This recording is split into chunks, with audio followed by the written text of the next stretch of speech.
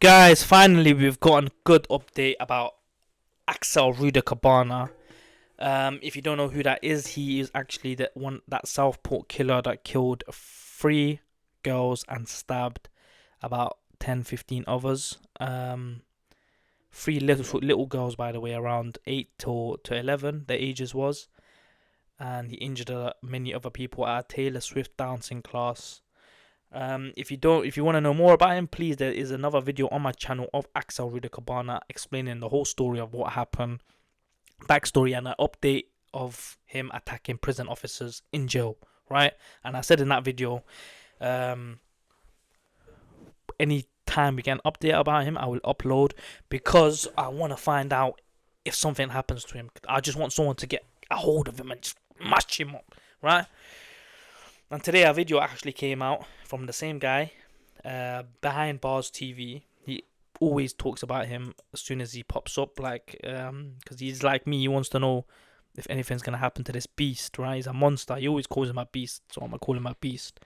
But he's not a beast in a good way. He's a beast in a disgusting, immoral, not like vermin, yeah? So yeah, guys, he's doing a life sentence, right? Luckily he's not in a mental hospital. He's in jail. He's getting tortured in jail. And this video is called Axel Rudakabana Hell Inside HMP Belmarsh at Xmas, Christmas. Let's get into this, guys. Yeah, believe you me, those screws inside the HMP Belmarsh block will have it, not will, they have got it in for him. He attacked one of their own. Not only that, the offence of what he was in for. He is despised. He is hated by all the prisoners. The majority, there will be the odd few that will like him. But he is despised by the majority, and he is despised by the prison officers. The prison officers were the only ones that had to speak to Axel Rudakabana, the monster, in the segregation unit, until he decided to throw boiling water over them this year, which is still ongoing, which he will be going to court for. But it'll not make no difference, because any sentence that they are on top, he's already doing life with a minimum of 52 years. Ooh, he spent one Christmas years inside already, but this one will be worse than the last. That monster is still on suicide watch. He had most of his luxuries taken away. Obviously, when you're down the segregation unit for protection, he still has access to a TV. He still has access to everything a normal prisoner on a normal landing would be able to have access to. So because he is down there for his own protection, he still gets luxuries that the other prisoners get. But a lot of those luxuries were taken away from him because of what he'd done. But don't think for one moment that those screws inside the block are going to do anything to make his life easy. Especially on Christmas Day, because apparently, or not apparently, it's officially, his parents are Christians and he is Christian. So Christians celebrate Christmas. His parents will be celebrating Christmas, the birth of Christ, Jesus Christ, his birthday on Christmas Day. So Axel Rudakabana, or I'll refer to him as the monster, will be having a worse Christmas than last, for the fact that, like I've just mentioned, the screws will be making his life a living hell. Good. He's on suicide watch. Good. Christmas Day, they can say we are understaffed. You can't have your exercise. You can't have your shower. Good. You can't come out of your cell at all. Good. So he will be stuck inside of that cell in his own feces stinking, because I have heard that obviously he's in a depressed state. Probably because he's in prison, not because of what he's done. And he is festering away inside of that cell, stinking like the little rodent that he is. But before I go any further into it, what I do want to mention is the reason why I keep mentioning this monster as well is because I have had contact from the families of some of the victims of this Southport massacre. And they have said, thank you for your good work. Please keep it in the limelight. Please keep people informed about what is going on with him. Please bring us the good news of when he gets his prison justice, which next year, I believe, is the year when prison justice is going to catch up with him. Hopefully. So the victims of this monster is BB King, who was aged 6, Elsie Dot Stanton, 6. aged 7, Alice De 7. Silva Aguirre, aged 9. 3 children, 6, 7, and 9. He murdered. And he also attempted to murder 8 of the children. 8 other children attempted to murder. How can you have so much hate for children? How? Most innocent people on earth. How? 2 adults. Now let's spare a thought for the families of the 3 young angels that are no longer with us. Mm-hmm.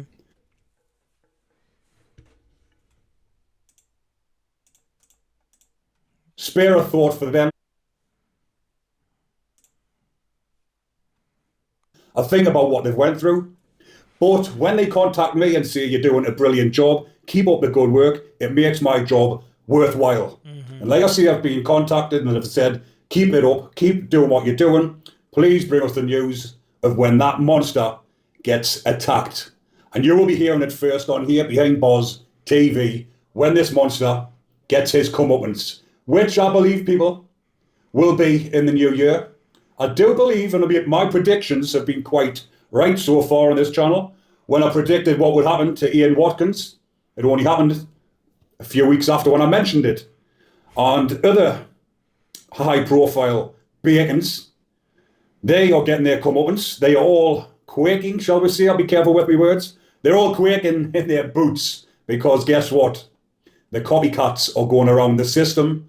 And it has been a year. Let me get me a little piggy out. It has been a year for bacon bashing and bacon killings. Bacon bashing and also bacons, often bacons accidentally or naturally no longer with us. So we'll be keeping you updated on all of that. But getting back to this monster and why his Christmas is going to be horrendous. Because guess what? We'll get the names up if I can find them. The parents of this monster are now under investigation by Merseyside police. Alphonse Rudakabana and the mother, who is called, 2 seconds, let me get it up, Letitia Muzayer, if that's how you pronounce it, who are originally from Rwanda. They are now under investigation because parental concerns. Under oath, his father admitted to intercepting a machete that the monster ordered online and not reporting it to the police, for which he expressed deep regret at the inquiry. Deep regret is not good enough. 17-year-old, you've got a 17-year-old son, you find him with a machete. What else is in his room? He's been making ricin. He has an Al-Qaeda training manual.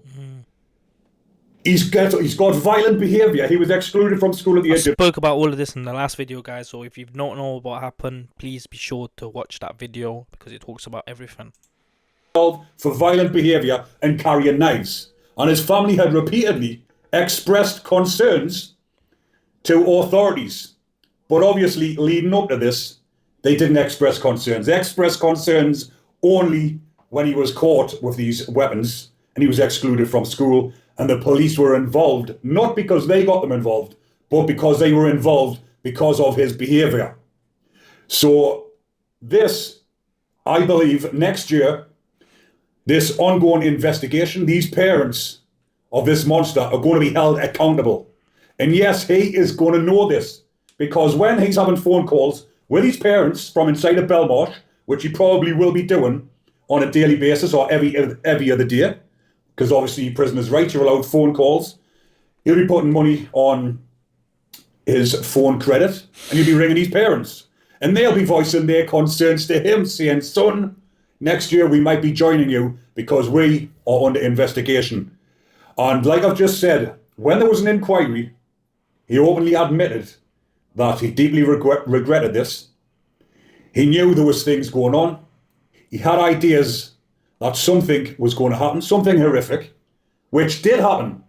And he, along with his wife, they have got like it says parental concerns, but they have got parental guidance. He's 17-year-old, he's living in their house, they have got a duty of care to report. He was 17. Obviously, if it was just say an ordinary 17-year-old who was going off the rails a little bit, and you're thinking to yourself, well, I'm not going to report him to the police because it's not that serious. He's just going off the rails a bit.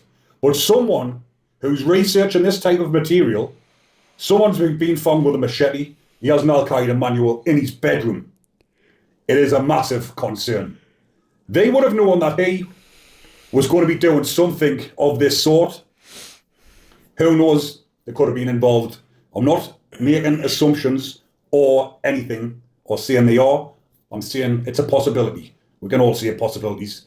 But there's plenty of possibilities. There's possibilities that there wasn't just him behind it.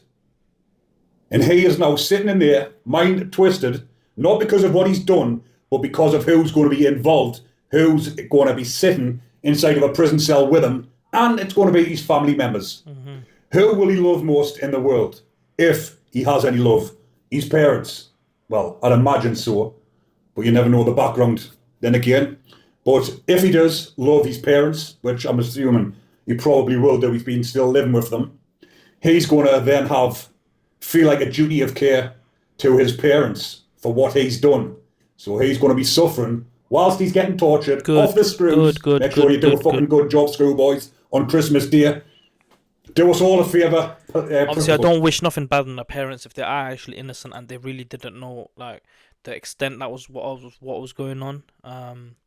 I guess they don't deserve prison, but come on, man. Look what your son was doing. Like, what you telling me you didn't search his room once? You found a machete. That's enough for you to think, yo, you know me. Let me at least like make sure I search his room. Fine. If I find another thing, then yeah, bro, just report him, bro.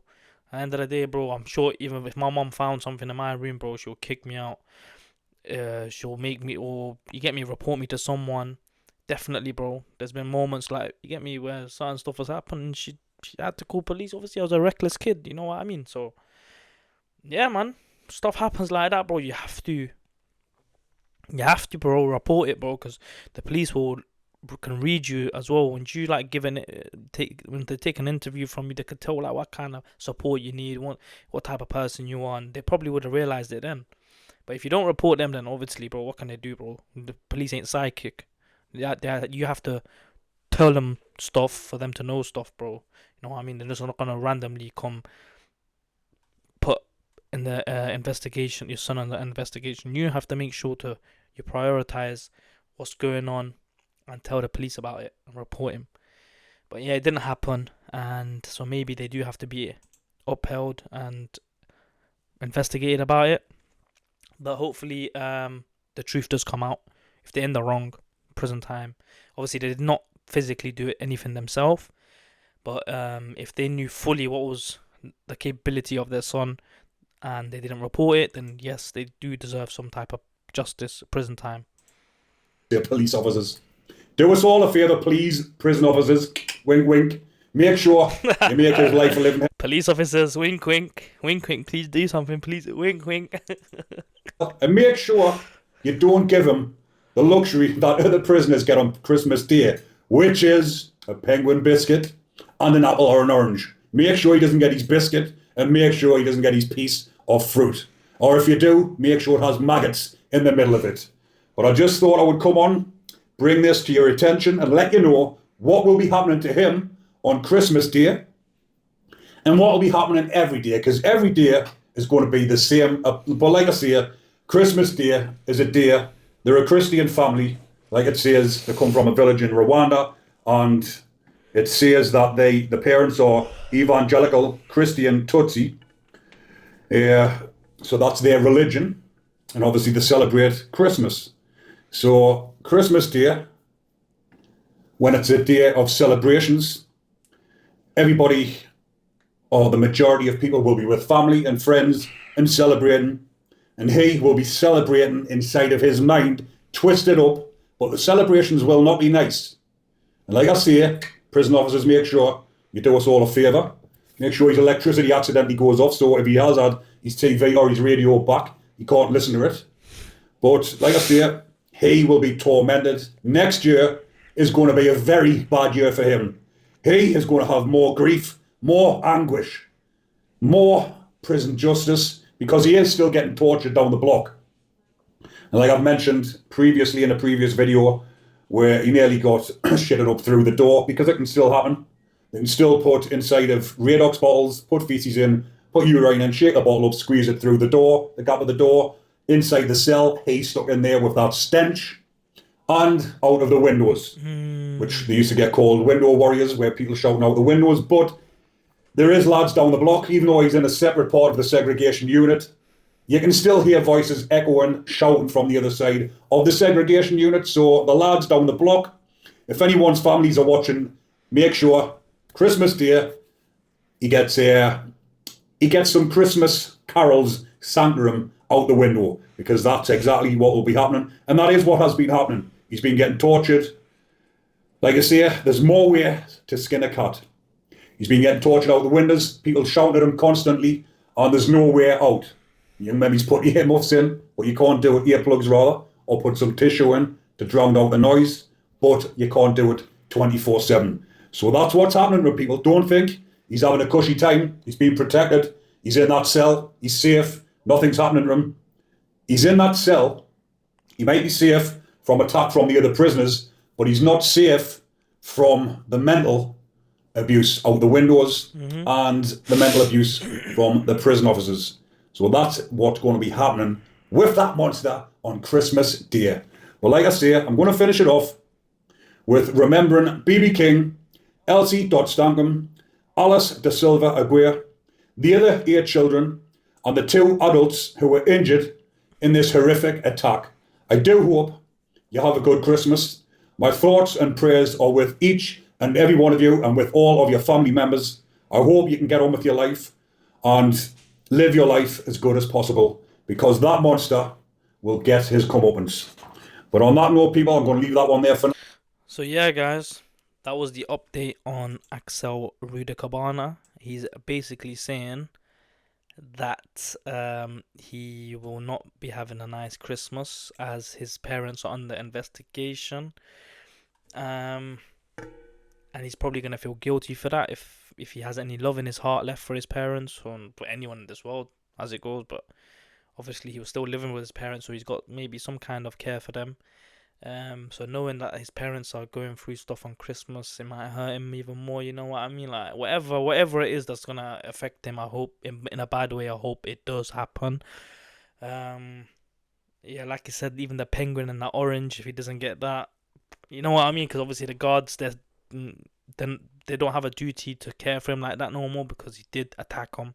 So yeah, I'm guessing he won't have a nice Christmas. And he didn't. This is after Christmas Day, obviously. So I'm recording this on the 28th. So I'm pretty sure he had a horrific Christmas. We were spending it in a cell. No matter even if you have a TV or whatnot, bro, you don't want to be in there for Christmas, right? And you're in there for another 52 years.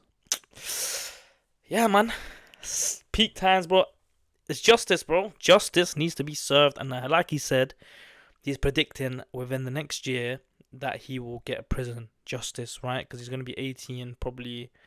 I don't know if he's 18 now. He's going to be 18 soon. He's probably going to be mixing around and stuff, and people are going to catch him, bro, eventually. And he's predicted within a year that prison justice will be served. And I'm waiting on that. When you see a video called Prison Justice is Served, you're going to know something happened to him. But guys, it's been your boy PP24s. Yeah, I just like he said, my prayers go out to his to the families of the victims.